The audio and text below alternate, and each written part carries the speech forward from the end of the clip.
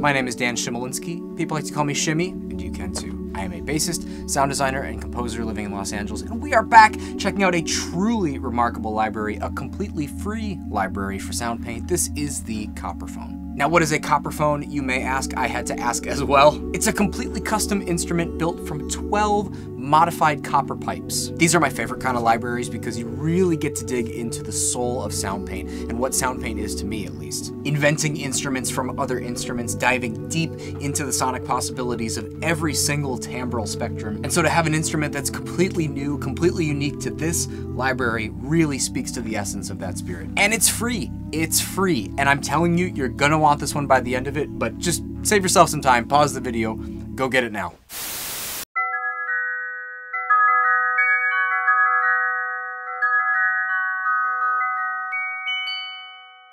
All right, you back?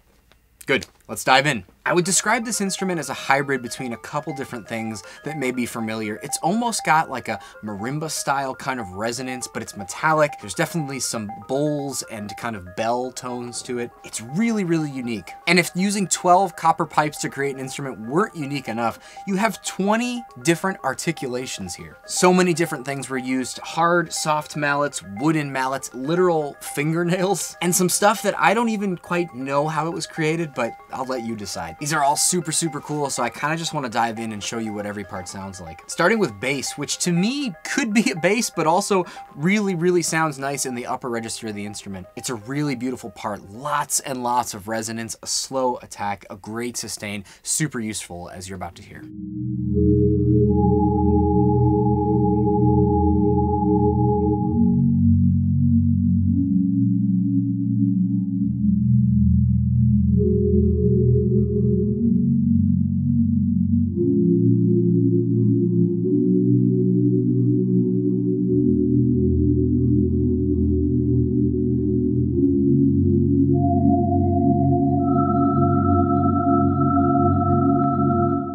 I think we hit the sample range.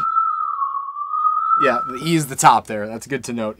But isn't that stunning? I mean, it's angelic, it's serene, it's peaceful, it's tonal, but it's not super muddy or garbly. Like, it's just, it's very clear. And I honestly have no idea how that was made, right? But it's just, I mean, angelic. That's the word that comes to mind. Heavenly. Drops. I do not know what this is. Maybe you'll have to tell me.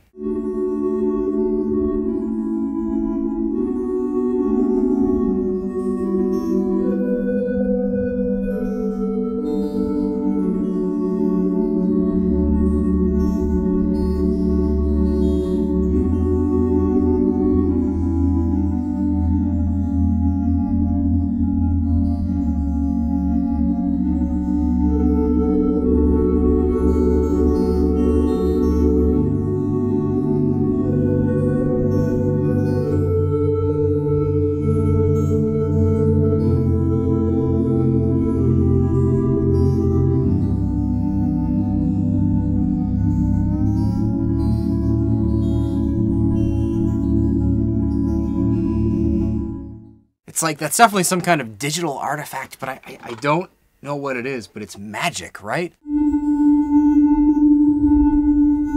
It's like you're getting a constant rearticulation on the pipe, and then there's all these little like stars and sparkles around it. Super, super cool. Then we've got hard, which to me is kind of the most well-rounded part. You get a nice clean articulation, a really, really good tonal pitch, and just really pleasing harmonics. Nothing too muddy, and just plays really nicely.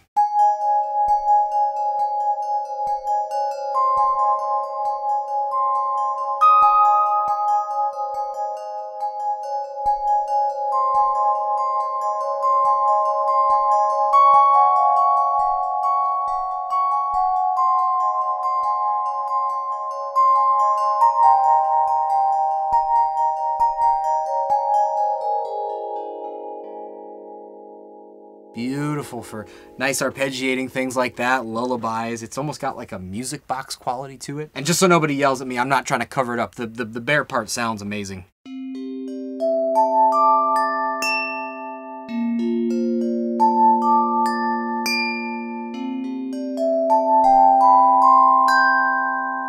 I just like it with a little reverb. This one's called Scrabble, and it's definitely more in the pure sound design textural side of things. Not a whole lot of tonality here.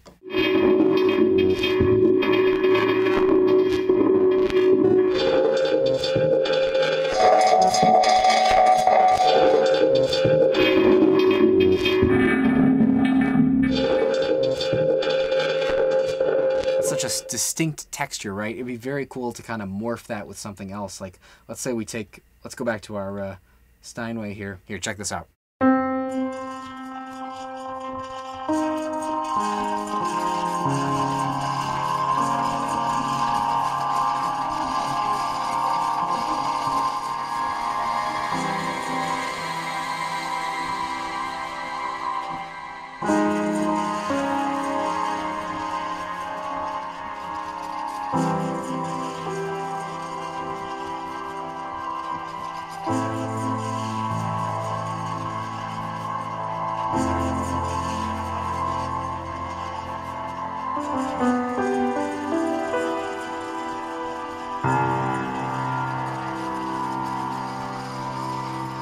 So very cool on its own, but if you're really trying to add maybe some texture or something a little more interesting, a little spicier to another instrument, morph is always there for those kind of textural based sounds. Shine is yet another take on the kind of horror genre that we've been playing with. The dissonant interval is less apparent in this one. It's really more of a fundamental. It still has a lot of the little gremlins and crawlies, creepy crawlies as I call them.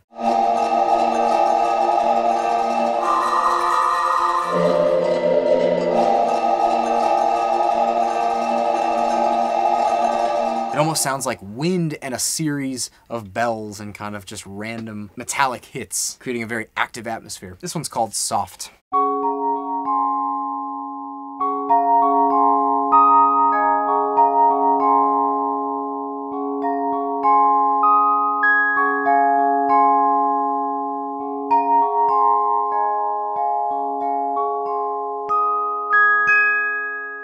So definitely the softest of the articulations, but still a very, very clean tone.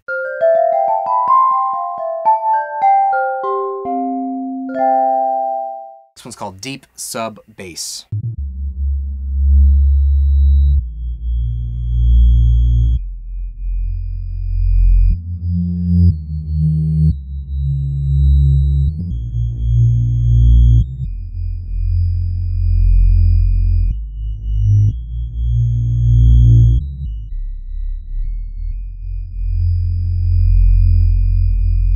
Oh yeah. So Mod Wheel is really just bringing in another layer of the bass an octave up, also controlling the ladder filter here. A touch of digital distortion gives just extra sizzle to the whole thing, and it really sounds like a deep, subby bass, right?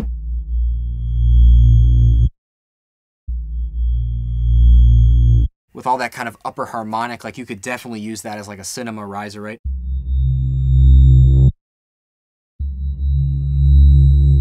Maybe map an LFO to the panning of those parts and have it go something like that, you know?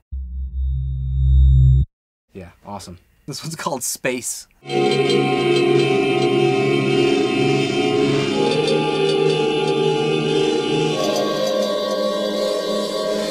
Let's hit all the Atmos ones in a row so you can really hear the differences. Because they're all slightly different, they all have slightly different utilities. I'm just gonna play the same series of notes on the keys and kind of go through them.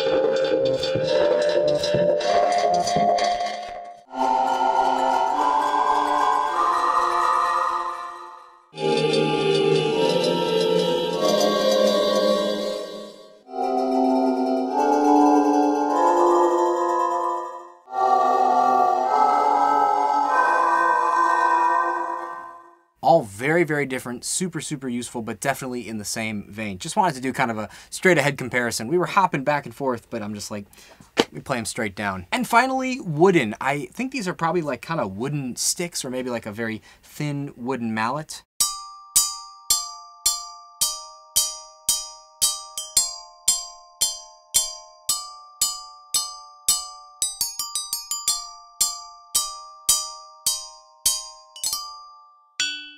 Very, very cute, very kind of punchy, and very, very articulated. Definitely reminds me of like podcast scores, right? Very, very cool. So those are the parts that you get with the Copperphone. Now let's head over to the program section and see this stuff in action. I've done a handful of these, and Marissa has done the main programs, which we talked about a lot in previous demos. But let's just start with active Atmos. This is 3 fusion parts, 2 one-note stretches, and 1 just kind of open through an EQ with a little bit of LFO action. I love stuff like this so much. Scatter delay and a shimmer reverb. Here we go.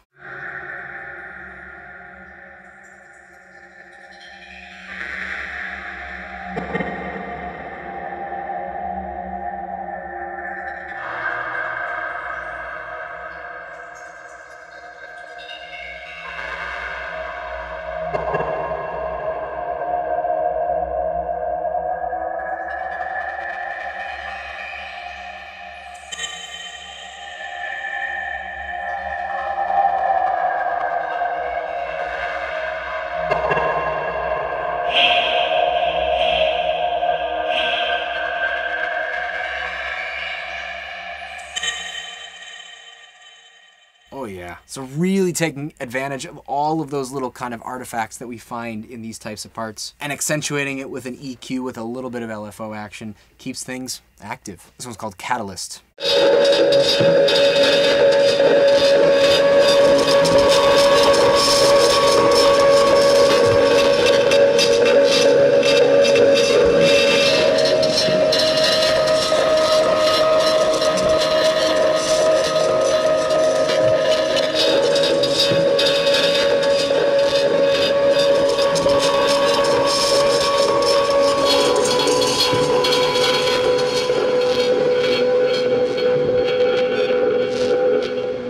Right? Very sparky, getting things kind of started. And the mod wheel brings up the volume of part 2, which is an octave above the first part, which is just always a good little sound design trick to accentuate that upper octave. And it's weird because this is very sound designy, it is very textural, but there's still tonality to this. This one's called Clean and Crisp, and it uses the soft part combined with the wooden part. So you're getting kind of the round resonance of the soft part, but the articulation of the wooden part. The wooden part is so articulated that you can really stack it with other parts within Copperphone, within other stuff, to add that kind of edge on the attack of your note.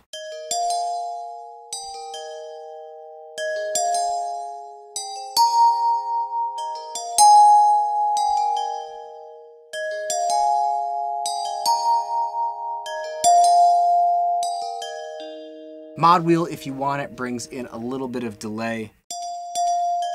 Just kind of a very quick slap delay. Oh man, and the velocities, as with most things in Soundpaint, are a joy to play.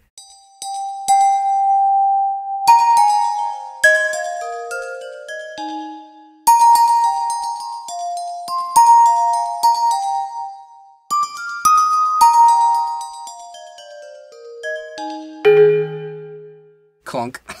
This one's called Mist. Definitely sounds like a nice mist.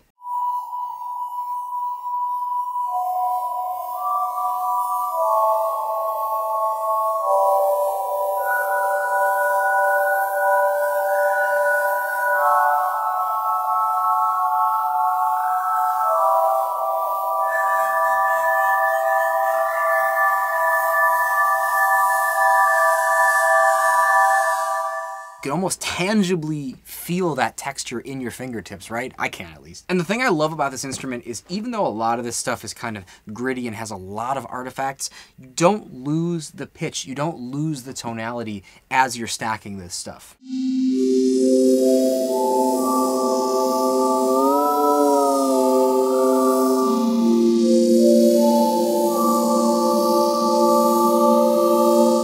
Like, yes, there's a lot going on there, and it definitely is gritty, and it's definitely sound designy, but you can still hear the pitch. It's still very tonal. Here's one called Dark Wind, and it sounds like Dark Wind to me.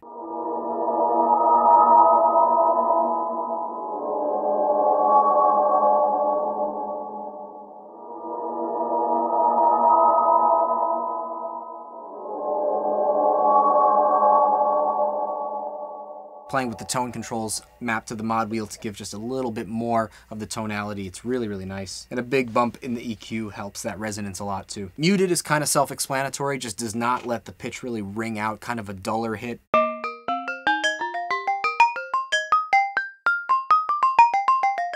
Very, very useful. Obviously, you could definitely like blend that with a piano and it would sound really, really nice. And let's throw an arpeggiator on there. Why not? Let's see what that sounds like.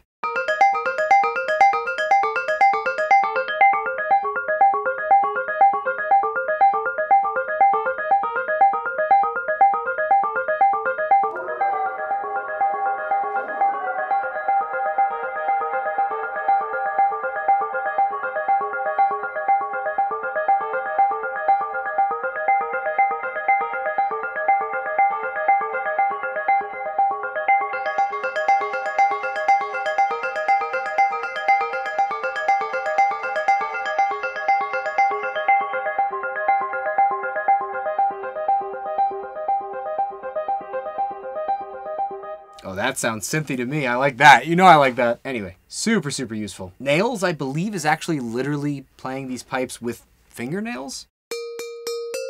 Maybe flicking it.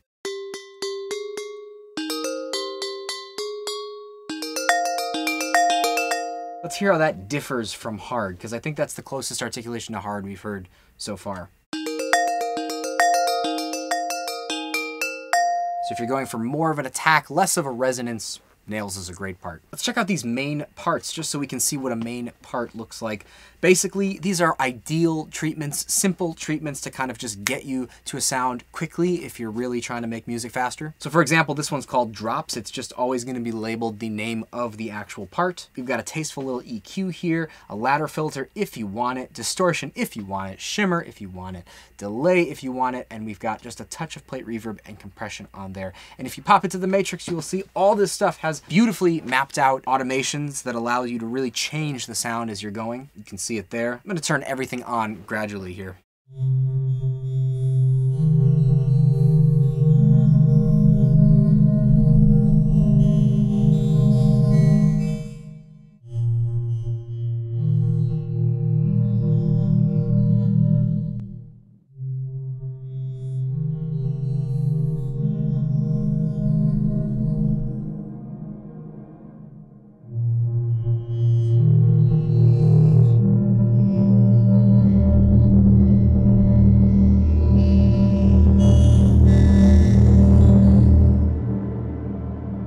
So you have that treatment for all of the parts in the Copperphone library. This one's called Metalworks, and it's the closest thing I came up to kind of like factory in the distance. What does that sound like?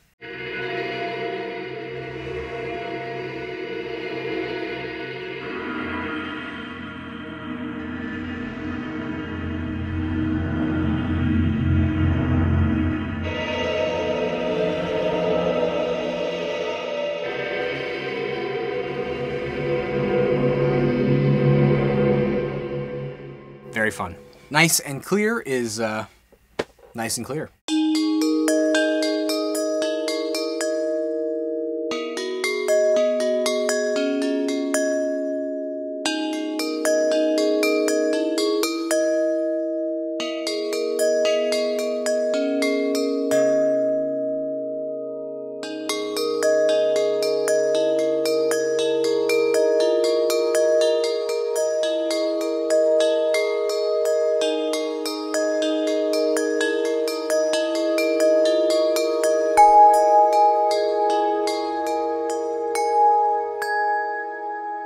A touch of magic, courtesy of the shimmer reverb mapped to the mod wheel. Here's a really pingy arp.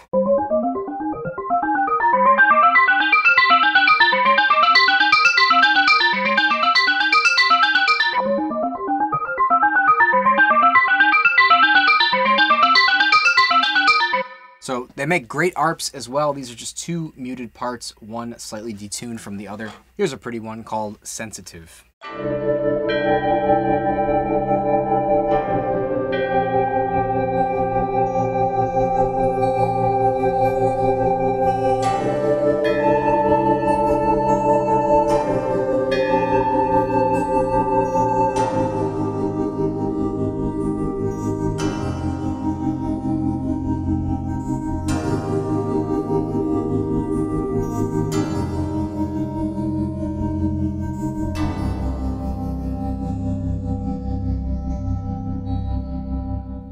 LFO to volume on that third part. Such an effective little trick for creating kind of a natural tremolo.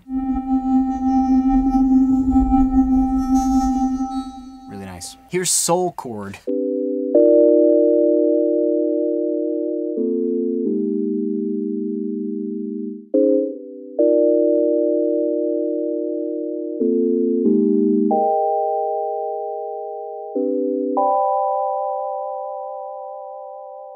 Almost sounds a little bit like a Rhodes, right? And yes, I've got 4 parts in here, all tuned to different notes for your one key ease, but if you just want to play this, you could turn 3 of them off.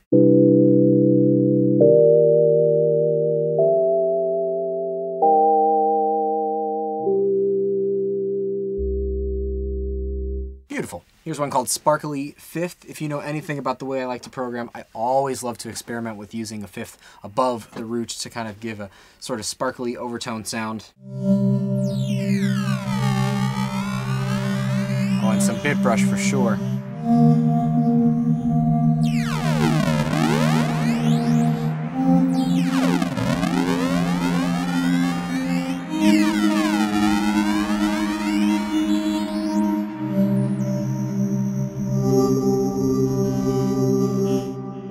Cool little drone for you there. This one's called Suspense Riser, and it uses 4 of those kind of intervallic horror Atmos parts, 2 of which are brought up on the mod wheel, and it's a really, really good one to pull your hand away very quickly if you're trying to create a suspense riser.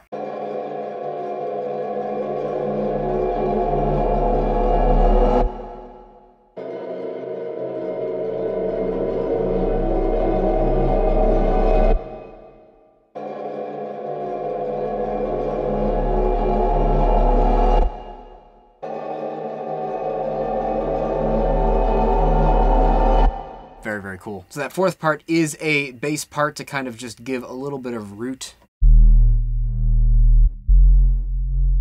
to the sound. Very cool. This one's called Transmitter.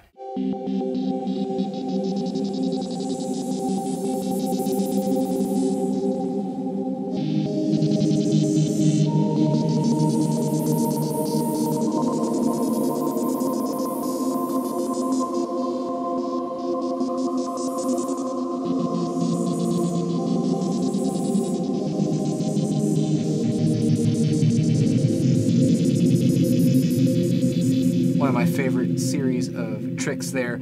We have LFO1 going to the pitch, and then we have LFO2 going to the frequency of LFO1. So LFO1 is a square wave that just is responsible for going pitch, root, pitch up an octave, pitch, root, but the speed at which that oscillation happens is consistently being changed by LFO2, which is a random LFO mapped to the frequency of LFO1. You follow that?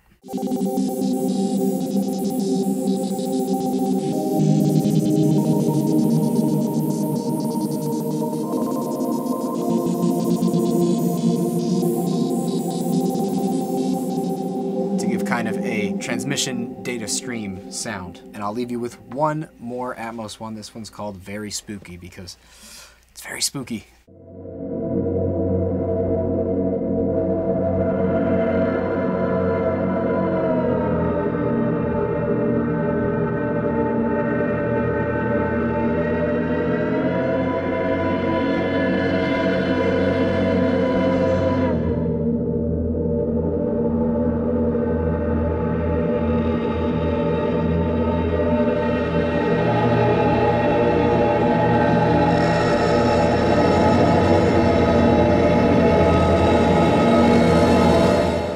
So, whether you're trying to play beautiful, crisp, bell-like, marimba-like melodies, or trying to score a horror film, underscore some really, really tense moments, the Copperphone has so much to offer. You do have 20 different parts here, 20 different articulations, so we are truly just scratching the surface here. And there's no excuse to not get this. Go get this. It's free, and it's an amazing, amazing tool to have in your bag of tricks. I'm excited it's here, and I hope you are too. Anyway, that's all I have for you today. Thanks so much, as always, for tuning in. This is Chimy, signing out. Take care.